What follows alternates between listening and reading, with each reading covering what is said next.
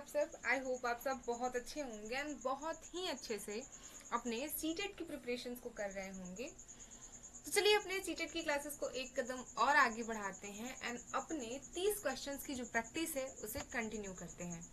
अगर आप UP TET की प्रिपरेशन कर रहे हैं, यूपी में जो सुपर टेट होने वाला है, अगर आप उसकी प्रिपरेशन करते हैं, यूपी टेट की प्रिपरेशन कर रहे हैं और जिस भी एग्जाम में आपसे पेडागोजी और सीडीपी के क्वेश्चंस पूछे जाते हैं, तो आपके लिए ये क्लासेस बहुत जरूरी हैं।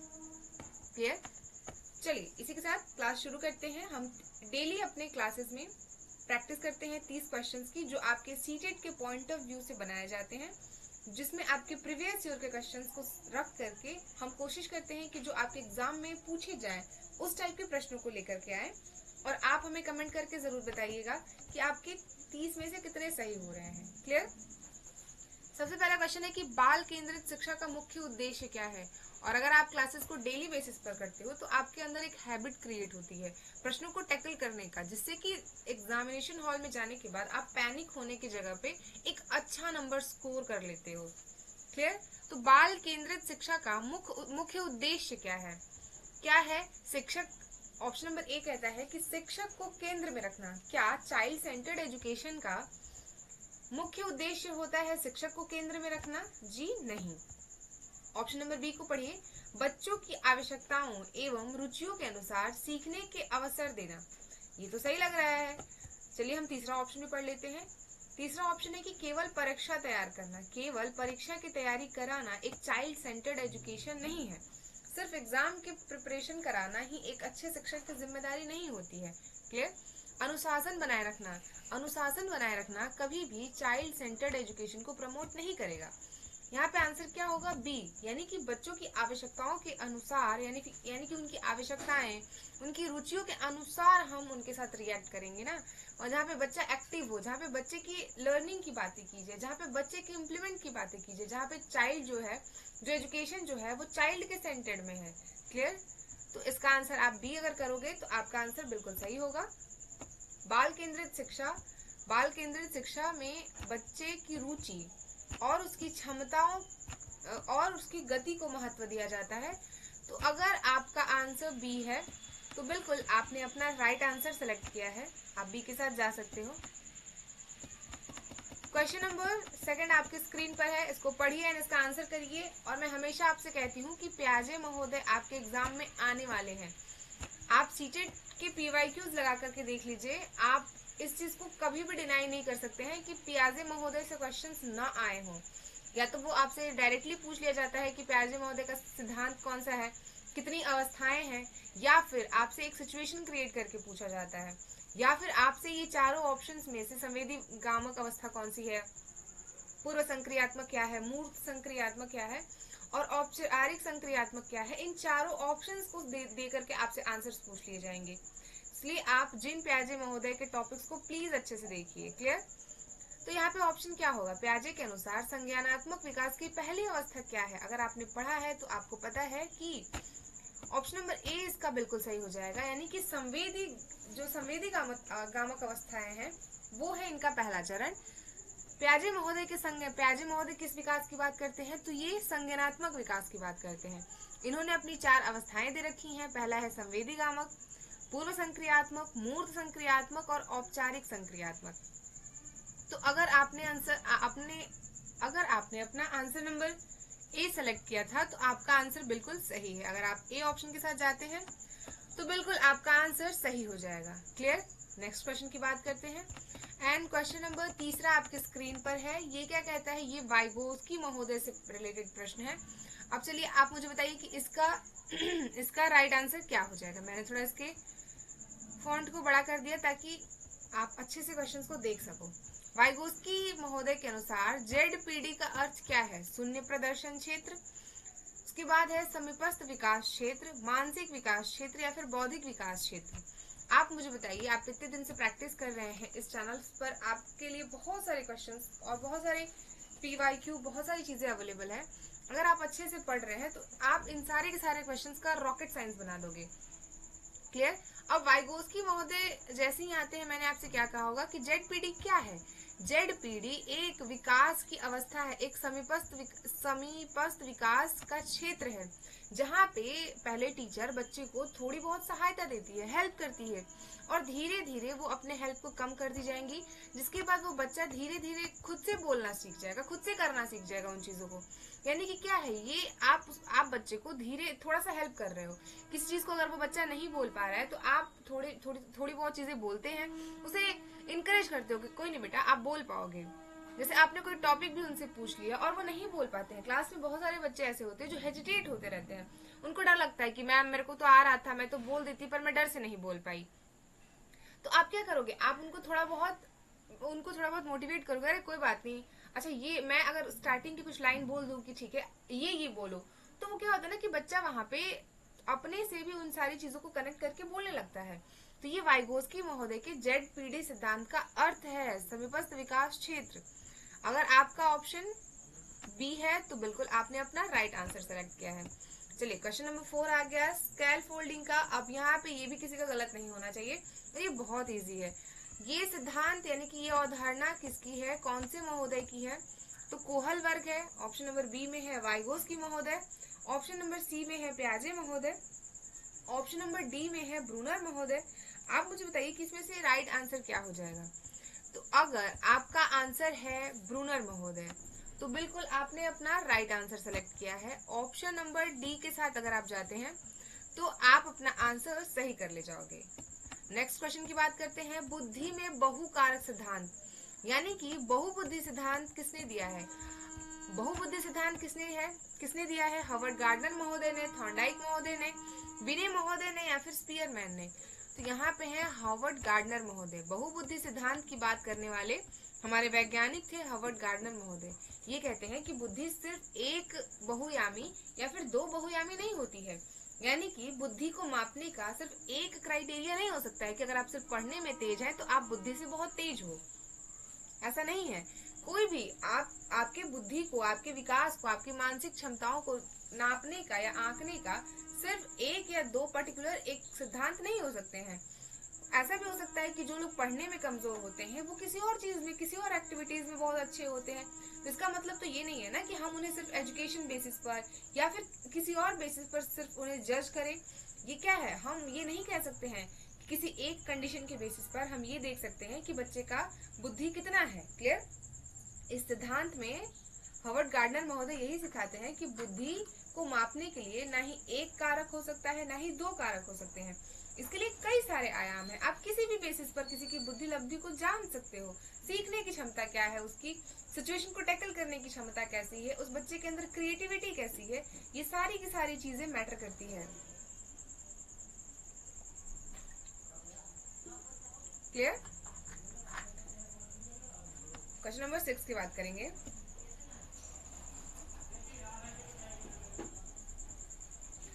क्वेश्चन नंबर 6 क्या कहता है कि सब सीखना सबसे अधिक प्रभावी कब होगा, यानी कि अगर हम सिखा रहे हैं क्लास में बच्चे को, तो अगर बच्चा है वो सबसे ज्यादा कब सीखेगा, कब वो एक्टिव उसकी लर्निंग होगी, वहां पे सबसे ज्यादा कब सीखेगा वो बच्चा, रटने से। अगर मैं एक टीचर हूँ और अगर मैं सिर्फ रटने पर ध्यान दूं तो क्या बच्चा जल्दी जल्दी सीख लेगा, नहीं, ऐसा नहीं होता है। तो क्या अगर मैं उसकी सक्रिय भागीदारी कर दूं, एक सेकंड, तो क्या अगर हम उसकी सक्रिय भागीदारी तय कर दे तो वो सीख लेगा, दंड देने से और गृह कार्य से। अगर आपने बच्चे को उसके भागीदारी को सक्रिय कर दिया वहां पे, जैसे कि आप समझिए अगर आपने क्लास में कोई प्रोजेक्ट दे दिया है या फिर कोई होमवर्क ही दिया है या फिर कोई ग्रुप कार्य दिया है जहाँ पे बच्चे एक्टिव हैं, जहाँ पे बच्चे एक सोशली वर्क कर रहे हैं, एक दूसरे के साथ इंटरेक्ट कर रहे हैं, तो वहां पे वो ज्यादा जल्दी तरीके से सीखते हैं। तो यहाँ पे जब बच्चा सक्रिय रहेगा तो ज्यादा जल्दी सीख पाएगा। तो अगर आपका आंसर बी था तो बिल्कुल आपने अपना आंसर सही किया है। सतत एवं व्यापक मूल्यांकन क्या है, सतत एवं व्यापक मूल्यांकन का उद्देश्य क्या होता है। अगर आपका ऑप्शन ए है यानी कि केवल अंक देना, अगर आप बताइए बी ऑप्शन है केवल वार्षिक परीक्षा, ऑप्शन नंबर सी कहता है कि सीखने की निरंतर प्रगति का आकलन करना और विद्यार्थियों की तुलना करना। अगर आपने एलिमिनेशन मेथड्स भी लगाया तो ये खत्म हो जाएगा। केवल वार्षिक परीक्षा कैसे, और हम किसी भी कंडीशन में विद्यार्थियों की तुलना नहीं करेंगे, उन्हें एक दूसरे से कभी भी कंपेयर नहीं करेंगे। क्लियर? हर बच्चा अपने अंदर एक अच्छी एक्टिविटीज के साथ होता है, हर बच्चा हमारे लिए यूनिक है, उसके अंदर हर एक तरह की क्रिएटिविटी है। हम किसी भी बेस में बच्चे को क्रिटिसाइज नहीं करेंगे, यानी कि सी आंसर के साथ अगर आप जाते हो तो बिल्कुल सही हो जाएगा। हर बच्चा अपने अंदर एक अलग क्षमताओं के साथ है, तो हम उनके सारे विभिन्नताओं को ध्यान में रखते हुए, हम उसका सम्मान करते हुए अपने टीचिंग मेथड्स को ऐसा बनाएंगे ताकि उन्हें भी समझ आए। क्लियर? अब क्वेश्चन नंबर 8 आपके स्क्रीन पर है, अब इसे पढ़िए। ये क्या कहता है कि निम्नलिखित में से कौन सा आंतरिक अभिप्रेरणा का एग्जाम्पल है? यहाँ पे मोटिवेशन, यहाँ पे बताइए कि कौन सा आंतरिक अभिप्रेरणा हो जाएंगे। आपके ऑप्शंस है। अब अगर यहाँ पे मैं एक बच्चा बना दूं, अब अगर ये बच्चा है, अब मुझे बताइए कि इसका इंटरनल आंतरिक अभिप्रेरणा कैसी है? पुरस्कार पाने के लिए पढ़ना। ऑप्शन नंबर बी कहता है अंक लाने के लिए पढ़ना। ऑप्शन नंबर सी कहता है कि नई चीज सीखने में रुचि के लिए पढ़ना, या फिर डांट से बचने के लिए पढ़ना। अब मुझे बताइए कि पुरस्कार पाने के लिए पढ़ना ये तो बाह्य अभिप्रेरणा है, अंक लाने के लिए भी पढ़ना ये बाह्य अभिप्रेरणा है, लेकिन सीखने के लिए अगर ये बच्चा पढ़ रहा है, अगर ये बच्चा सीखने के लिए पढ़ रहा है, ये क्या कर रहा है? ये इसकी आंतरिक अभिप्रेरणा है। क्लियर? तो अगर आपका आंसर सी था तो बिल्कुल आपने अपना ऑप्शन सही किया है। क्लियर?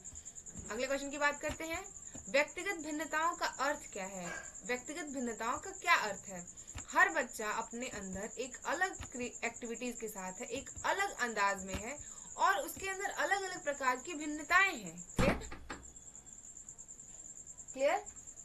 तो अगर आपका ऑप्शन नंबर ए है सभी बच्चे समान हैं, ऑप्शन नंबर बी है प्रत्येक बच्चा अलग है, ऑप्शन नंबर सी है केवल बुद्धि में अंतर है, या फिर ऑप्शन नंबर डी है केवल शारीरिक अंतर है, तो व्यक्तिगत भिन्नताएं ये कहती है कि सभी बच्चा, सारे बच्चे, प्रत्येक बच्चा अलग है, हर बच्चे के अंदर एक अलग अलग क्रिएटिविटी है, अलग अलग एक्टिविटी है। तो अगर आपका आंसर बी है, अगर आपने अपना ऑप्शन बी सेलेक्ट किया है, तो बिल्कुल आपने अपना राइट आंसर सेलेक्ट किया है, तो बी के साथ आप जा सकते हो। क्वेश्चन नंबर 10 की बात करते हैं। ये क्या कहता है? करके सीखना, यानी कि लर्निंग बाय डूइंग। अब यहाँ पे लर्निंग बाय डूइंग का क्या अर्थ हो जाएगा, और लर्निंग बाय डूइंग का जो सिद्धांत है वो किसने दिया है, कौन से महोदय है? ऑप्शन नंबर ए है आपके सामने John Dewey, option number B है फ्रायड, ऑप्शन नंबर सी है पियाजे महोदय, ऑप्शन नंबर डी है कोहलबर्ग महोदय। आप मुझे बताइए कि इसका आंसर क्या हो जाएगा। तो लर्निंग बाय डूइंग ये क्या है? ये है हमारे जॉन डेवी महोदय। अगर आपका आंसर ए था तो बिल्कुल आपने अपना आंसर सही टिक किया था। क्लियर? चलिए क्वेश्चन नंबर 11 आपके स्क्रीन पर है। ये क्या कहता है कि कोहल वर्ग का सिद्धांत किसने दिया था? कोहल वर्ग का सिद्धांत किससे संबंधित है? कोहल वर्ग जो महोदय हैं वो किस सिद्धांत की बातें करते हैं? क्या वह भाषा के विकास की बातें करते हैं, नैतिक विकास की बातें करते हैं, शारीरिक विकास की बातें करते हैं, या फिर संज्ञानात्मक विकास की बातें करते हैं? तो आपका ऑप्शन क्या हो जाएगा? A B C D. यहाँ पे अगर आपने नैतिक यानी कि मोरल वैल्यूज को सेलेक्ट किया है तो आपका आंसर सही हो जाएगा। आपको बी आंसर सेलेक्ट करना है। कोहल वर्ग नैतिकता की बात करते हैं, नैतिक विकास की बात करते हैं, बच्चे के मोरल वैल्यूज को डेवलप करने की बातें करते हैं। तो अगर आपका आंसर बी है तो बिल्कुल आपने अपना आंसर सही सेलेक्ट किया है। सीखने का सबसे उपयुक्त वातावरण कौन सा है? सीखने का सबसे अच्छा वातावरण क्या होता है? ऑप्शन नंबर ए है भयमुक्त, ऑप्शन नंबर बी है सहयोगात्मक, ऑप्शन नंबर सी है दंडनात्मक, या ऑप्शन नंबर डी है प्रतिस्पर्धनात्मक। अगर आपने अपना आंसर बी सेलेक्ट किया है यानी कि सहयोगात्मक, अब अगर क्लास में भय होगा या फिर दंड दे के आप पढ़ाएंगे तो वो सीखने का एक उपयुक्त वातावरण तो नहीं हो सकता है। या फिर प्रतिस्पर्धनात्मक भी नहीं, जब बच्चे के अंदर एक दूसरे के प्रति इतना जलन की भावना हो, कंपटीशन की भावना हो, थोड़ा बहुत कंपटीशन पॉजिटिव वे में हो तो चलता है, लेकिन यहाँ पे हम प्रतिस्पर्धा को नेगेटिव वर्ड से यूज करते हैं तो ये भी नहीं होगा। सीखने में सबसे ज्यादा एक्टिव ये बच्चा तब होगा जब वो सहयोगात्मक अधिगम से पढ़ेगा। तो आपका आंसर क्या होना चाहिए? बी। अगर आपका आंसर बी है तो बिल्कुल आपने अपना राइट आंसर सेलेक्ट कर लिया है।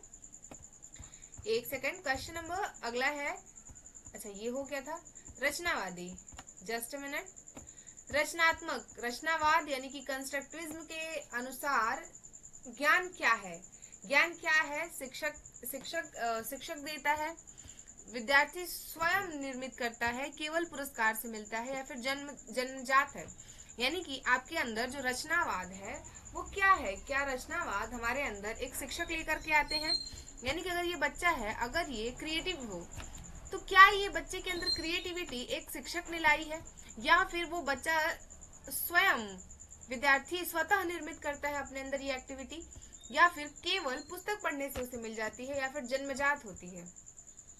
आप बताइए इसका राइट आंसर क्या होगा। तो अगर आपका आंसर बी है, यानी कि अगर आपने अपना आंसर बी सेलेक्ट किया है तो बिल्कुल सही है।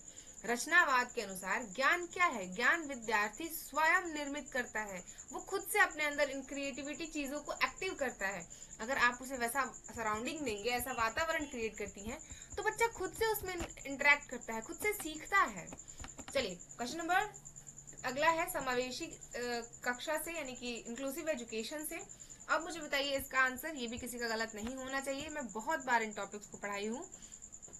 समावेशी शिक्षा का उद्देश्य क्या है, यानी कि इंक्लूसिव एजुकेशन का मोटो क्या है?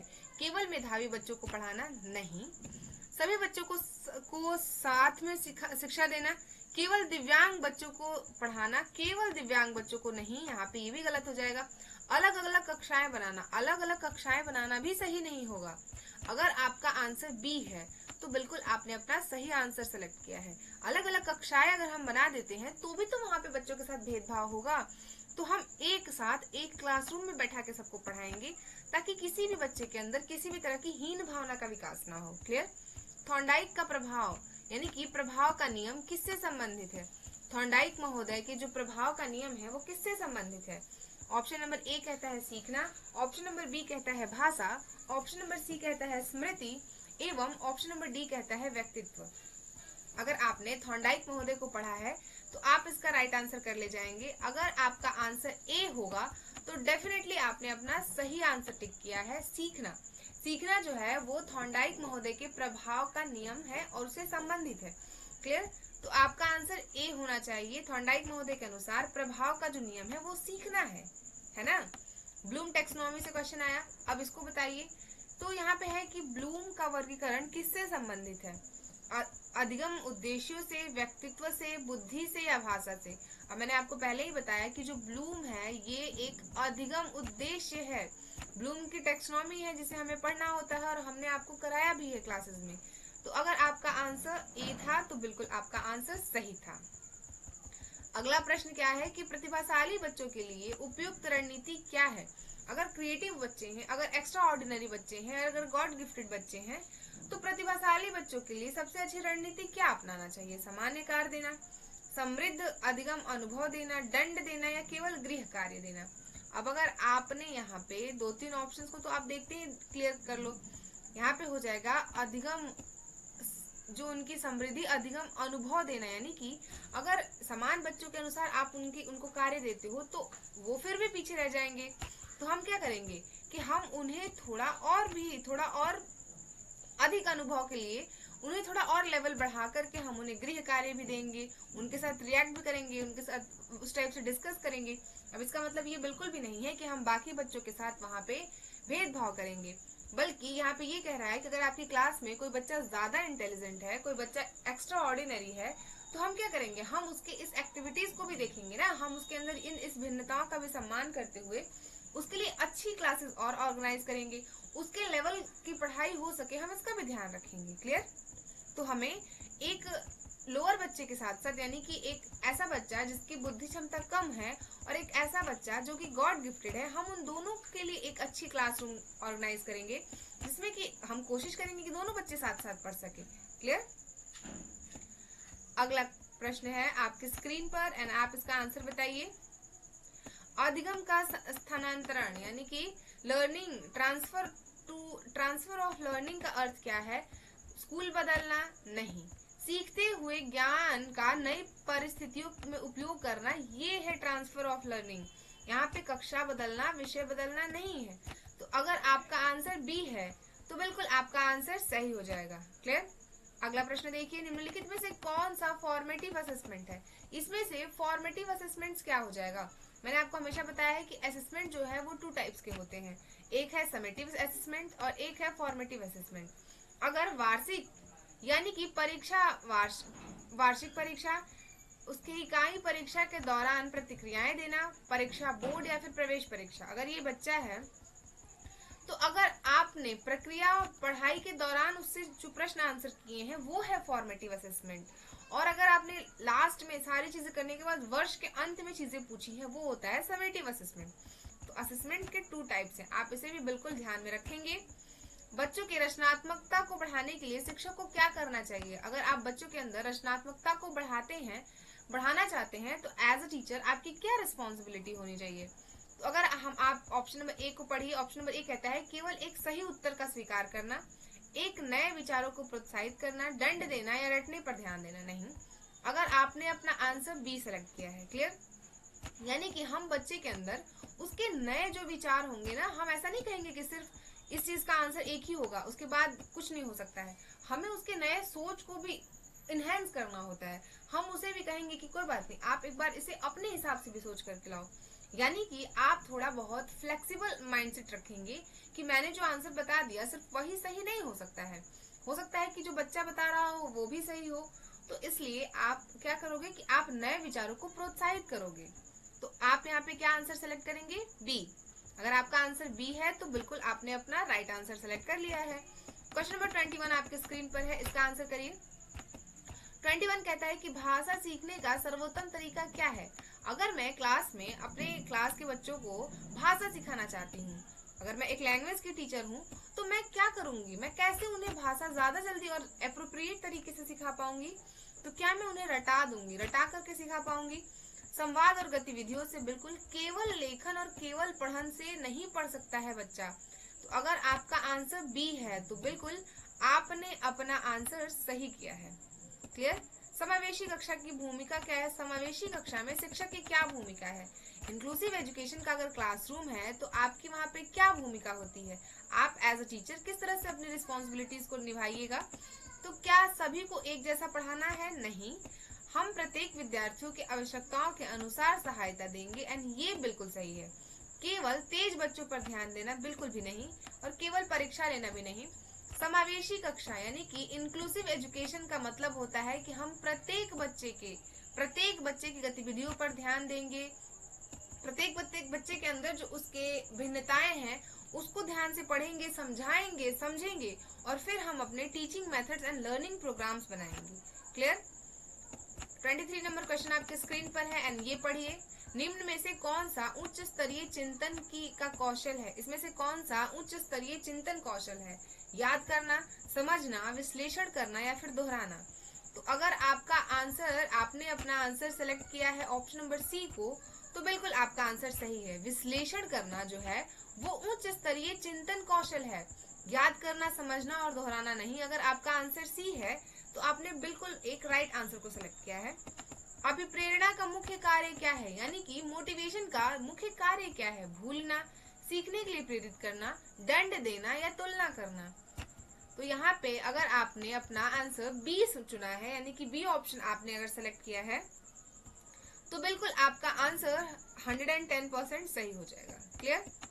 अगला है कि सीखने में त्रुटियां क्या दर्शाती है? अगर क्लास में बच्चे हैं और उनसे गलतियां होती हैं, अगर हम उन्हें कोई होमवर्क दे रहे हैं और उनसे गलतियां हो जाती हैं, तो ये क्या दिखाता है? कि बच्चे असफलता की तरफ जा रहे हैं? नहीं, सीखने की प्रक्रियाओं का ये स्वाभाविक स्वरूप है, आलस्य नहीं है और अनुशासनहीनता नहीं है।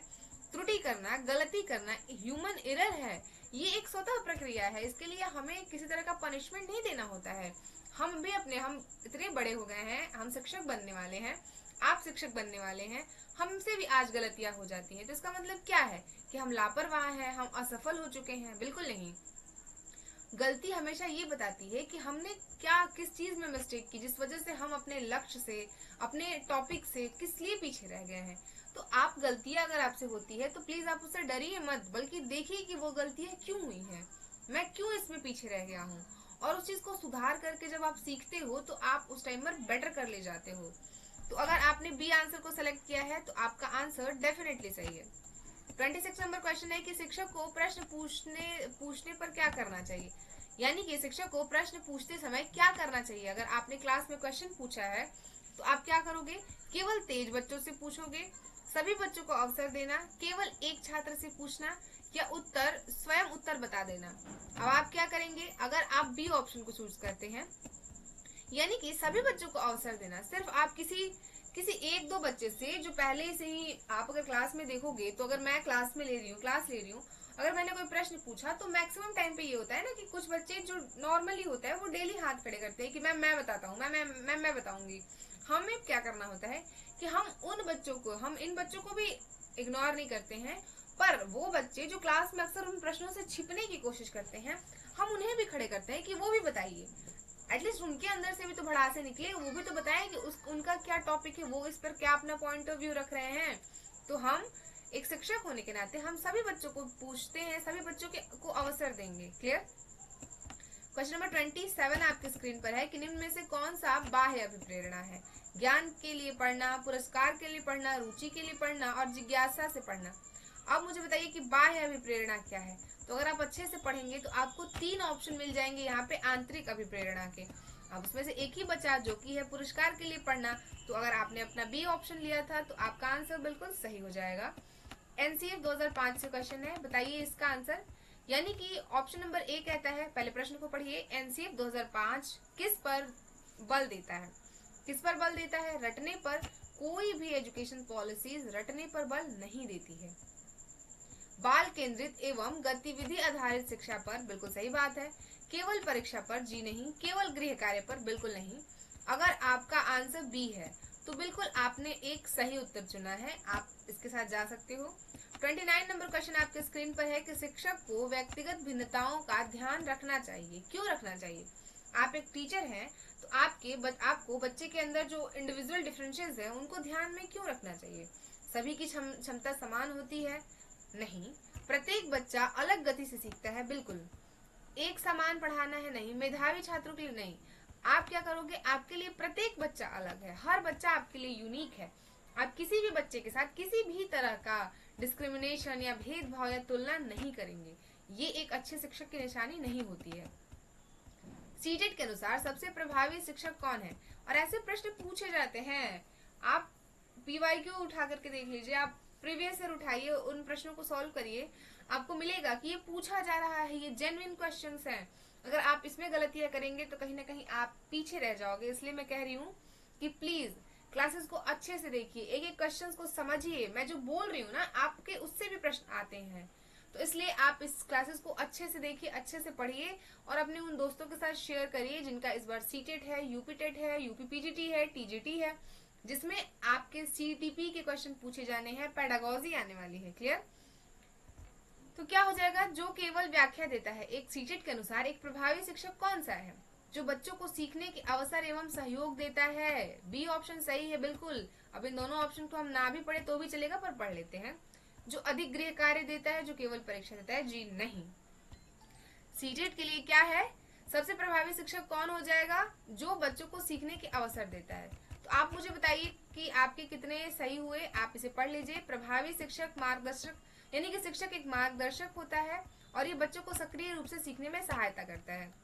आप मुझे बताएंगे कि आज आपके 30 में से कितने सही हुए, और आप इस चैनल को सब्सक्राइब कर लीजिए। ये आपको आपके लक्ष्य को प्राप्त करने में बहुत ज्यादा हेल्प करने वाले हैं। और अपने उन दोस्तों के साथ शेयर करिए इन वीडियोस को जिनका इस बार एग्जाम है। मिलेंगे आपसे कल की क्लास में, तब तक के लिए थैंक यू सो मच। पढ़ाई करते रहिए, स्वस्थ रहिए एंड मस्त रहिए। जय हिंद।